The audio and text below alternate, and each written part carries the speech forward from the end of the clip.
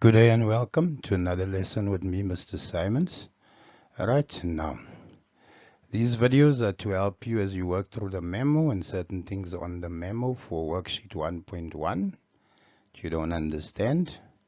So in this one, we're working its foundation phase, meaning any learner should be able to master this, and these questions would then help them get their first 30 to 40% of exam. Alright.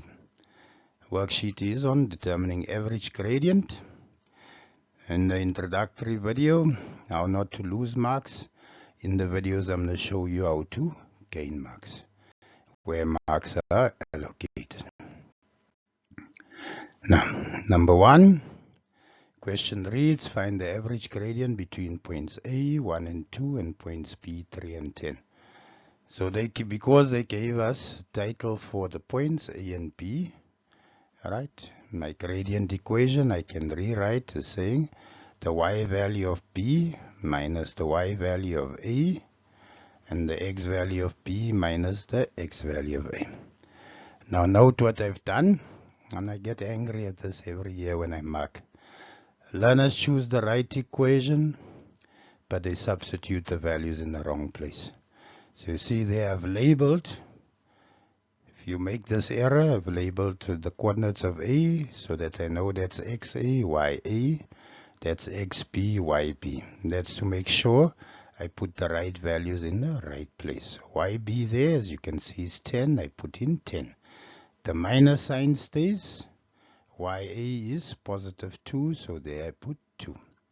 XB, there's my XB, so I chose XB, which is 3, and I chose XA, which is 1. So 10 minus 2 would give me 8. 3 minus 1 gives me 2. And 8 divided by 2 gives me 4. So when we mark this, we always give 1 mark for correct substitution, and then another mark for the final answer. And this question, although here it reads average gradient, not only gets asked under cubic functions, can also be asked under functions, under the parabola, can also be asked, or not also, it's also asked under analytical geometry. Even in trigonometry, we can put in a similar question. So either way, these 2 marks are 2 marks that will be tested somewhere in the paper, and it's 2 marks that you should get. Now this is an easy variation. I gave you A and B. Certain times we don't give you the coordinates of the points. So look at number 2. Determine gradient between -2 and -4 and 2 and 4. Because I don't have the labels A and B or C and D, etc. Now I'm working with X1, Y1, X2, Y2. Again, you see I've labeled it to ensure that I substitute correctly. You don't need to do this if you don't make the error, but if you're prone to making simple errors, especially if you start stressing an exam, just label them. That's going to take you less than 10 seconds to label, and that way you ensure you substitute correctly and you guarantee 2 marks.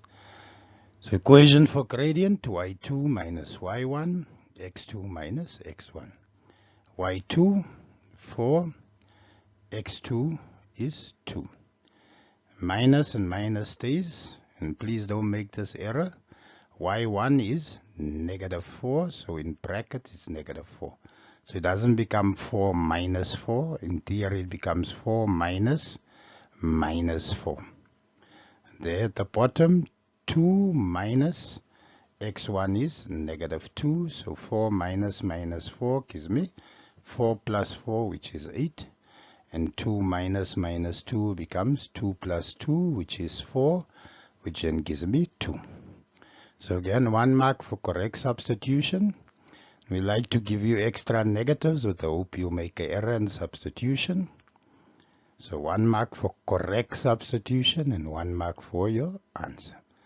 Alright, we'll look at problem number 3 on your worksheet. Find the gradient of the line joining 1 and -2 and 4 and 7. Alright, again, x1, y1, x2, y2. Equation y2 minus y1, x2 minus x1.